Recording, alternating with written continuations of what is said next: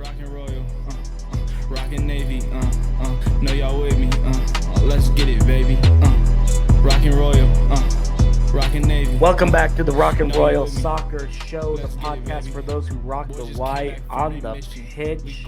As always, Sean Walker from KSL.com, joined by my wonderful, bright, magnanimous, hashtag soccer guru friend, Carla Swensen-Haslem. You know her from BYUtv and ESPN Plus, the voice of all things BYU soccer. And I'm just a guy who's along for the ride. And a little bit upset, I'm not going to lie, Carla, because I didn't get to hear you and your broadcast partner, Greg Rubel, on the broadcast Monday night for BYU's 2-1 win over arch rival Utah. I'm sure the ESPN guys did a great job, but there is a part of me, I won't pretend to admit it, or not to admit it. There is a part of me that's a little bit upset that I didn't get to hear you guys on that call. So thanks for joining me again. Thank you. No, I appreciate it. That being said, it's sometimes kind of fun to watch a BYU game as a fan. So, as much as I would have loved to have been on the broadcast, you were right. The ESPNU crew did great. And like I said, it's kind of fun to just enjoy it as a spectator. Grab your popcorn, chill out. I wasn't able to go to the game in person, but sometimes it's kind of nice just to be able to, watch and zone out. Enjoy it like a fan, right? Yeah. Sometimes it's not all work. Sometimes there's some play. Yeah, sit back on the couch, maybe snuggle up with the with the kiddos or that kind of thing. I don't you got like a 3-year-old, so she probably doesn't do much snuggling. No, Right she's now. She's a bouncing little off bit the too active. walls. She loves soccer. She loves the soccer team, but she usually gets her soccer ball and is kicking the ball through windows and jumping off tables in celebration. But she wants to play and not watch. Yes. She's a little bit like her mom in that regard. She's all about the goal celebrations too. That's her thing. Okay. Well, we are all about goal celebrations as well, including a really fun one by Allie Fryer that we'll get to in a minute. But that 2-1 win over Utah, Carla, every win is necessary, especially on a year like this. But this one felt even more necessary, I think, coming off the back of a 4-1 loss to TCU. Very rough loss. So Allie Fryer scored her third goal of the season in that one. Presley Freeman gets her first career assist in a BYU uniform as well. But those were really about the only highlights in this game. You had a couple of goals by Caroline Kelly. You had Seven Castaigne doing, honestly, what we said last week, Seven Castaigne likes to do. She drew a penalty kick. She converted another one. And TCU kind of rolled in this match after about I think it was like the 7th or 8th minute, somewhere in there. BYU had maybe a little bit of the ball early on, but ended up the Horned Frogs out shooting the Cougars 16-3, including 7 corner kicks to BYU's 2. So when you're coming off of a match like that, we should also know Mia Curry, Savannah Hansen, and goalkeeper Kelsey Hoops made their college debuts for this BYU team. Yes, there was a goalkeeper change. That's how things were going. And so coming off of a match like that, how do teams typically kind of respond from, I'm not gonna lie, Carla, a pretty humbling loss, I think, in a lot of ways like the one BYU went through in Fort Worth? I mean, I think a lot of it depends on the mental health of the team. In talking with BYU, it sounds like they actually took the knock pretty well. I think going into it, they recognized that TCU was a very talented team, and there's no shame in losing to TCU. I had TCU as the favorite to win that game, so I couldn't say that I was that surprised, simply because TCU to me is the favorite to not only win that game, but the conference. And so I think BYU actually handled the knock pretty well because they recognize this is a team that is very, very good, will play in the NCAA tournament at the end of the season. And so I think they handled it pretty well and recognized that you're going to take some knocks, especially on the road and especially against good teams. And it was good, I think, for them to be able to mentally put it behind them pretty quickly, because then it allowed them on the quick turnaround to play against Utah. And that was actually my biggest fear, was not even, mentally can this team bounce back, but just physically. You go from playing a really exhausting game where you're playing a lot of defense, And then, just days later, you have to play against Utah, which is always a very physical game.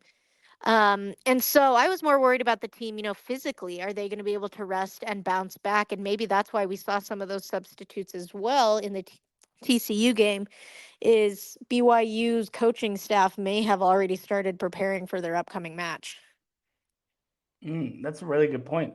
That's a really good point because some matches just mean more, and I think rivalry matches definitely do that. The first rivalry match between BYU and Utah in over a decade, since the two were in the Mountain West together.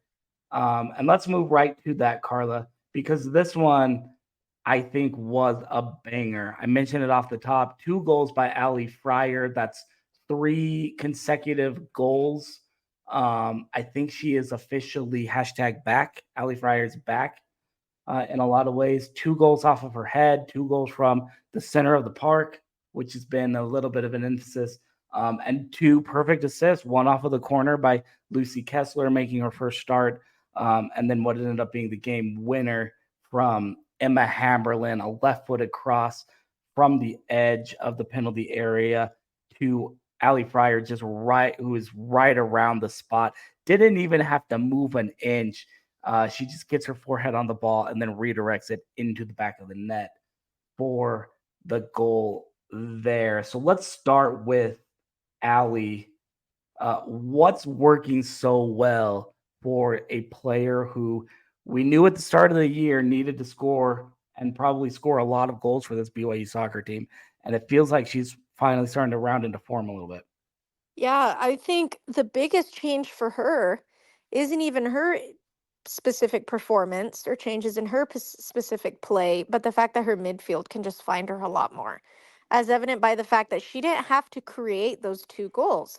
I mean, she did a good job of putting them away, and I give her full credit for that. But she had teammates that were able to send in the balls for which she was able to connect with and put them away.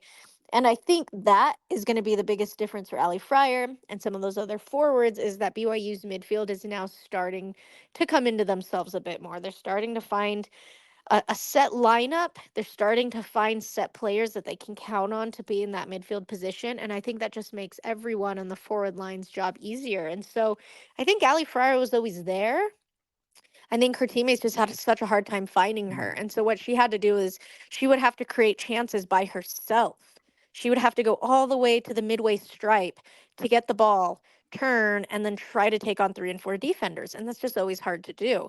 But now she's not having to do that consistently. Now she only has to do that 1 or 2 times a game because she can stay high. She can play in that center target position, and she can now count on her teammates to be able to find her. So again, I count the TCU game as a bit of an anomaly because TCU is so good. But in the last several games, I feel like BYU's midfield has really started to become an attacking presence, and that's only good for Allie Fryer and the rest of the forward line. I can't help but think that maybe there's a little bit in there where BYU is trying to find another strike partner right now for Allie. Aaron Bailey's been hampered by an injury that she picked up against Arkansas, and it's been a little bit rough coming back for her. So that's obviously hurt some of that pairing and partnership results in there. And Coach Rockwood's kind of tinkered a little with that front line against Utah. She went back. She took Mackenzie Vance back to her UCLA roots, and she pulled her out of the 10 spot, the number 10 role, and moved her forward to kind of pair with Allie, which then brought in Lucy Kessler for her first career start, and obviously to pair her with Emma Hammerlin, with Micah Cromenhoek, and some of the other midfielders in there. Is that pairing one, particularly between McKenzie and Allie, the type of pairing that could maybe help unlock Allie just as much as McKenzie, do you think? Perhaps. It's one of those things that's too early to tell from just one game. I think there's an advantage to having what was a former midfielder playing in the attack, because a former midfielder is going to have a far better understanding of distribution and really could be the setup for Allie Fryer. It may be just too early to tell. I am still of the belief that if you give Hamberlin, the minutes and time, she's going to create offensive opportunities as a forward.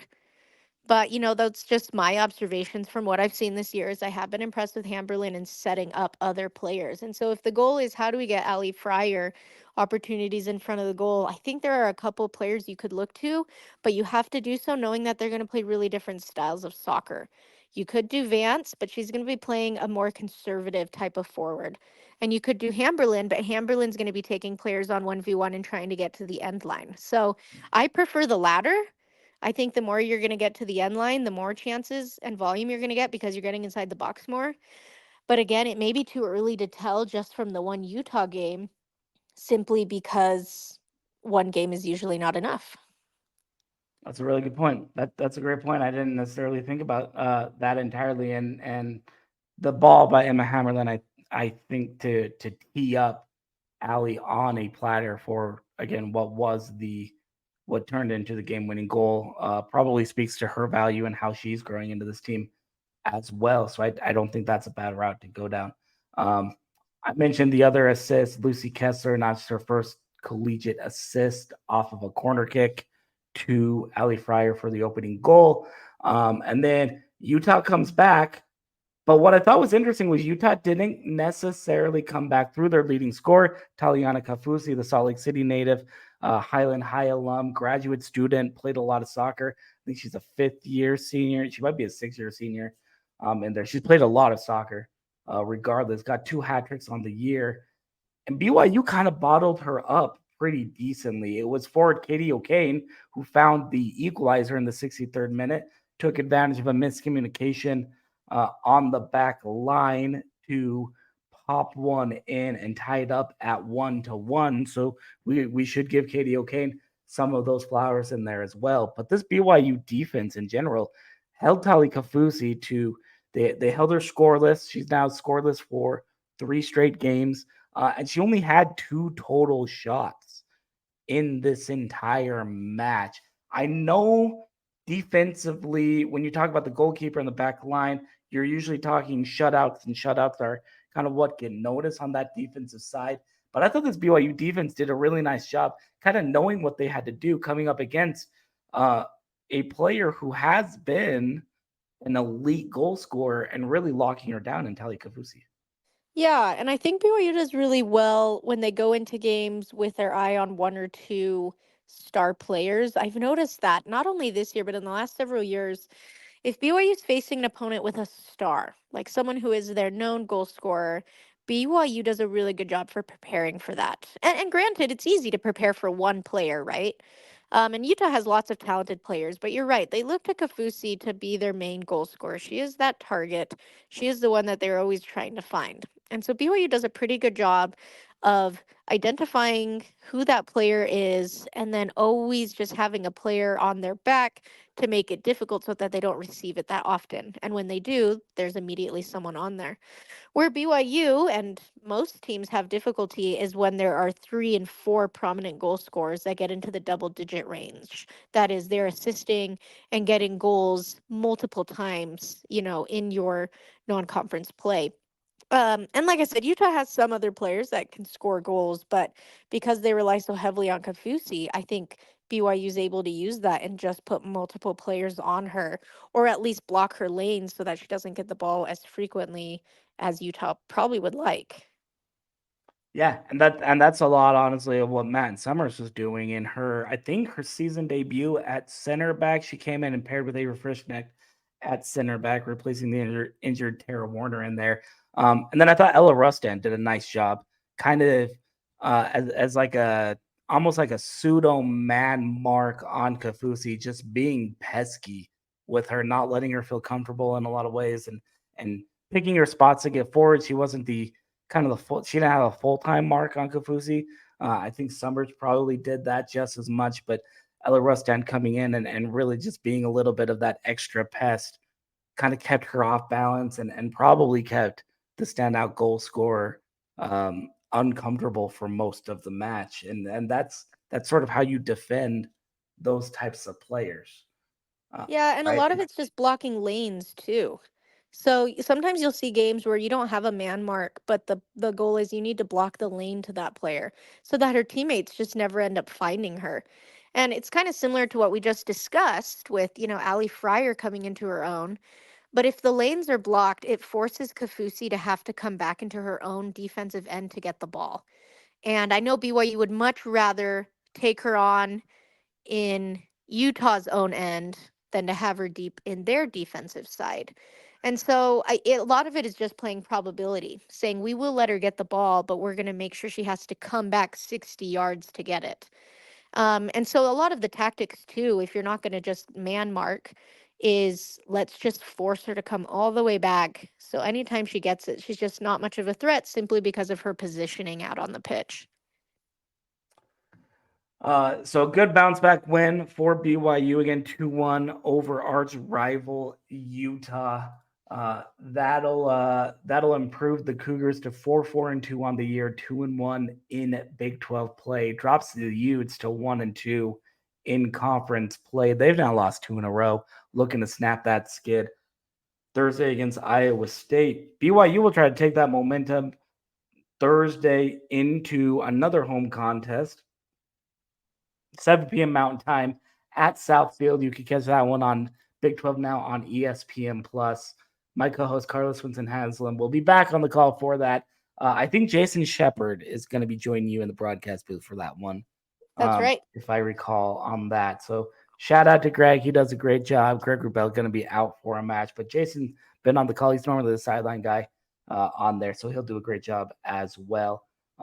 As the Cougars host the Cowgirls, 8-2-1 overall, but just 1-2 in Big 12 play. This Oklahoma State side, they've been in the top 25 for most of the year, just barely bowed out. They're on the fringes of the others receiving votes in the United Soccer Coaches poll, in large part because of back-to-back losses to Colorado and then 2-0 to Texas Tech as well. So this is an Oklahoma State team, I think, that's going to be hungry and going to be pretty motivated to try to end their 2-game slide. What do you make, Carla, of this OSU side as they come into Southfield for the first of a 2-game Beehive State road trip? Yeah, it's difficult to say because you look at their record and you think this is a really talented team, and they are. And you look at they've always had a lot of physical play. And so these are all things that I think BYU very much has to come in prepared for. That being said, um, Oklahoma State has definitely shown some vulnerabilities in their last 2 games, and even in some of the non-conference games that they played. They didn't play the strongest non-conference schedule, and so you do wonder if there was a bit of smoke and mirrors being played when they were ranked. See if they can't get some good wins under their belt before they go into conference play. And so, as I would approach it, is BYU definitely needs to prepare for, I think, what will be a very physical team, but also recognize that this Oklahoma State squad does have vulnerabilities and they do get scored on in the back. And so, if BYU can capitalize on that early, if they can get some really early goals, then I think BYU will be sitting really pretty for Thursday. One player individually that I do want to point out, she's not necessarily their star goal scorer or anything like that, although she does have 4 goals on the year. But it's a senior winger, Nicole Ray, Lone Peak High product, grew up in Alpine, Utah, just up the road. And she's a Utah Valley transfer, played 3 seasons for the Wolverines before transferring to Oklahoma State last year in 2023. And she's now utilizing her COVID season. So, she's going to have a lot of family and friends probably at this match. And a player that has played, she's played BYU a number of times, even beaten BYU before with this UVU side. So I think that's one player that fans should probably take note of. The former Utah Class 6A MVP in 2018 on the 6A state champion team with the Knights. Also played for La Roca and Utah Celtic for club soccer fans here in the state. So Nicole Ray, I think, is one to maybe keep an eye on there with this Cowgirl side. You've called a couple of her games, I think, right, Carla? Yes. Yeah, I have. Yeah, she's a player I definitely recognize, and like talented, just solid, just like a dependable player, which is what you want. You just want players that you can depend on to get consistently good touches, make consistently good passes, be able to connect and keep the ball. And that's probably the best word that I would use to describe her, is just dependable. You can put her out on the pitch and she's going to get the job done. Yeah, 100%. So, just one of those local players to keep an eye on. Like I said, I'm sure she'll have plenty of family and friends in the crowd at Southfield, which has been, by the way, we should, and maybe we'll kind of semi wrap up on this, Carla. We should take note of the fantastic crowds that have continued to come into Southfield. I was a little bit concerned when this season didn't get off to the best start, and it certainly wasn't looking like the type of year that BYU had last year. Last year was such a special type of season that I'm not sure expecting the same thing was ever really that reasonable. You never want to totally count it out because Jen Rockwood is Jen Rockwood. But I think the fans have still responded very well to a team that is clearly rebuilding, clearly redefining itself, clearly retooling itself in a lot of ways. And I think they're starting to find their way. And they've certainly been a lot tougher at home. And I think that's largely because of the home crowd advantage that they've been able to get with 4,000 plus fans at Southfield. Yeah, no, I agree. And I give a lot of credit to, the BYU sports marketing crew and on-campus crew, because a lot of the students that go to the games are not necessarily soccer fans. A lot of them aren't there because they love to break down the tactics and formation and shape of the BYU soccer team. And some are, but a lot of them go because the experience is a lot of fun. It's a lot of fun to have a lot of students there. Marketing does a great job of promoting it as a really fun event that people can go to with their friends. And then BYU as a soccer team, I think, plays fun soccer. And so even if you're not a big soccer fan per se, even if you're not a student of the game, you like to go because you see some fun shots and you see some fancy footwork and some exciting stuff. And so I think the environment is one that's just conducive to fans, whether you're a student of the game or not, simply because BYU plays a very exciting style of soccer. And I do think the on campus squads do a really good job of promoting it as a fun event that students can go to, with their fellow roommates or classmates, to just have a really fun evening. Yeah, absolutely. And it's been a lot of fun to see that fan base and that student base tune out. And I know for a fact I've heard from a couple of players.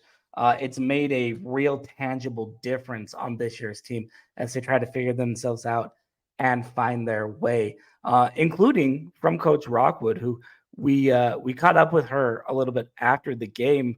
We'll include some of her thoughts here right after, so stick around if you haven't heard them yet or read about them yet. We'll attach them here to the end of this show. But Jen was very complimentary of the fan experience, of the fans, of the friends and family at Southfield after that match on Monday night against Utah. You expect it for a BYU Utah game in any sport, but they certainly got that, I think, on the footy pitch as well. Let's wrap up and say Thursday night, September 26th at 7 p.m. Oklahoma State, the Cowgirls, going to be invading Southfield. Again, if you can't get tickets to that one and be part of the Southfield atmosphere, you can catch that on Big 12 Now on ESPN Plus with my co-host Carla Swensen-Haslem on the call alongside Jason Shepard. Carla, thanks so much once again for joining me. Thank you. And as always, thanks for your intuitive insight, something that I certainly cannot provide on this podcast, but it's been a ton of fun. And let's catch up a little bit later and see you guys next time on the pitch. Oh, never. It's always a battle, and I'm really proud how our team stayed with it tonight. And I thought we played really well. I thought we played hard. We're getting smarter, but I liked the changes that we made, and I thought we were very dangerous. Allie, hey. Yeah.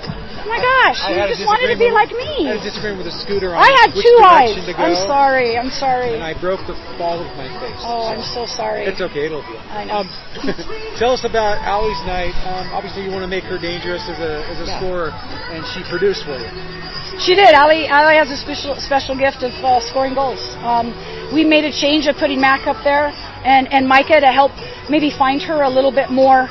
And, we were able to do that. We were able to draw some corner kicks. Obviously, that was a huge first goal off the corner kick. And then, Presley really turned it up in the second half. Addie, I think just a really good effort in our attack to be really dangerous. And then our back line, held them.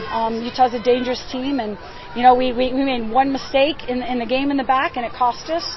And the girls didn't let down. They fought back and got that winning goal. Yeah, responding to that is really important to this group, I think. It is, for sure. TCU, when that happened, we kind of settled a little bit. And so really proud of the way we responded to that and kept fighting, and, it came for us finally. What happened on that miscue back there that caused that equalizer? Actually, I don't know. It happened really fast. I think just kind of a miscommunication between our keeper and our 2 center backs, and that's going to happen. Madden hasn't played center back since she was in high school, so those things are going to happen. But I thought overall it was a really great performance. What'd you like about moving Mac up front for her tonight? Well, you can see we were able to connect a lot. Our forwards have struggled to keep possession for us and be able to combine and connect. And Mac, she's such a great possession player. She was able to find the ball a lot more as a forward than she was at the 10, and I think that made a big difference. Lucy's had great success in her time. How were you guys able to contain her to no shots on goal tonight?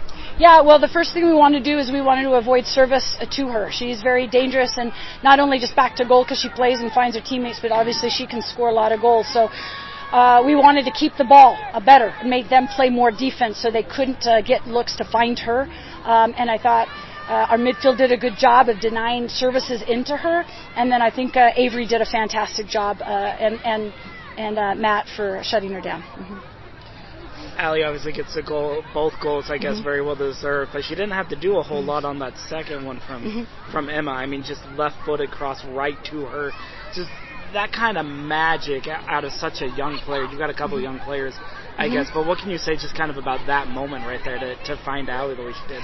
Well, we've been yelling at Allie all season to stay in front of the goal. As you know, she comes wide a little bit, and you never quite know where Allie's going. And there's a reason we want her between the posts, and that was the reason. She was right where she was supposed to be, and she was rewarded with the winning goal. Another young player, Lucy, she started for you the first time, I think. Yes. And played the whole game. What was her game like for you in terms of creating some of those opportunities? Yeah, I think it's a learning experience, obvious for Lucy, but she hung really tough in there. We made some adjustments in the second half to deal with their build out, and we were a lot more effective with moving Micah and Lucy over on the strong side to kind of help with their build out, and I think that made a big difference. And Lucy is coming up with some corner kicks too, so she ran a lot. She's going to be tired, but I told her she better be ready. She's got a game in 2 days. You've been playing Utah for a long time. You're ever satisfied every time, with the rivalry game, the more often you guys win as the years go on? Every game, every game is so big, and this one had more riding on it than it has in the last 12 years, now that they're in the conference. So we've played them every year that we were in the WCC and they were in the Big 12, and it was always a big game. But now that they're in our conference, there's a lot more meaning, I think, before the game. And I think the rivalry will come back stronger than ever. And I think that's exciting for the sport. It's very exciting for the state. We had unbelievable fans tonight in such a fantastic environment. And I know that they do a lot to propel our team and find energy to fight and play even harder. Just quick thoughts, last thing from me on Oklahoma State. Yeah, Oklahoma State has had a phenomenal year so far, a really great non-conference run. I don't know that they've ever been out here. It's been a while. I think the last game we played them here, I think we scored 3 goals in 7 minutes, if I'm not mistaken. You might want to look that up. It was pretty crazy. I think it might have been Oklahoma State a long time ago. But we're excited to host another Big 12 opponent with a good record and a good RPI here on Southfield. We're really looking forward to it. Wives and babies, rockin' Royal, rockin' Navy. Know you with me? Let's get it, baby. Rockin' Royal, rockin' Navy. Know you with me? Let's let's get it, baby. We going long, like a cougar tail. Defense hitting hard like some seashells. Getting to the green, I ain't talking kale. Boy, that team up north, man, but oh well. Player. We getting jiggy with that boy Cosmo. Hey. We granting kids' wishes like that boy Cosmo. I got you. They steady hating on us, but we who they watch though. The Pac-12 mad, but we